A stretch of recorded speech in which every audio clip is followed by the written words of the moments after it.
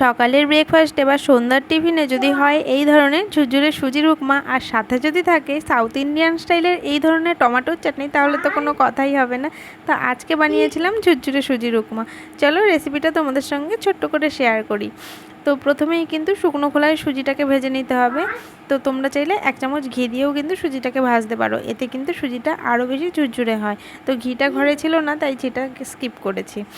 তো সুজিটাকে ভেজে নামানোর পর কড়াইতে সামান্য পরিমাণ তেল দিয়ে কয়েকটা কারি পাতা, 1 মুঠো মতো চিনেবাদাম আর একটা ডিমকে কিন্তু ভুজিয়া করে নামিয়ে নিয়েছি। তারপর কড়াইতে আরও কিছুটা সাদা তেল দিয়ে তোমার ঘরে থাকা সবজিগুলো এখানে দিয়ে দেবে। আমি এখানে আলু আর টমেটো দিয়েই করছি সুজির উপমাটা, তোমরা চাইলে কিন্তু গাজর, ক্যাপসিকাম, বিনস এগুলো অ্যাড করতে পারো।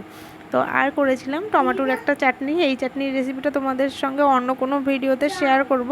এটা স্পেশাল একটা চাটনি সাউথ ইন্ডিয়ান স্টাইলের। তো সবজিটাকে ভেজে মানে হালকা ভেজে নেওয়ার পর কিন্তু সুজিটাকে এখানে দিয়ে দেব। তো সবজিটা ভাজার সময় কিন্তু খানিকটা পরিমাণ নুন দিয়েছি, আর সুজিটা করার সময় কিন্তু নুনটা চেক করে আরও একটু অ্যাড করতে পারো তোমরা। তো সুজিটাকে সামান্য পরিমাণ জল ছিটা দিয়ে দিয়ে কিন্তু এরকম ভেজে নিতে হবে। আর সুজিটা নামানোর আগে কিন্তু একটা ঘরে থাকা স্পেশাল মশলা দিয়েছি। তোমরা চাইলে কিন্তু ম্যাগি মশলা বা কোনো চাট মশলাও এখানে অ্যাড করতে পারো।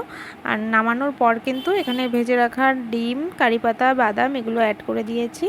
তো ভিডিওটা ভালো লাগলে অবশ্যই লাইক, কমেন্ট, শেয়ার করে দিও। টাটা।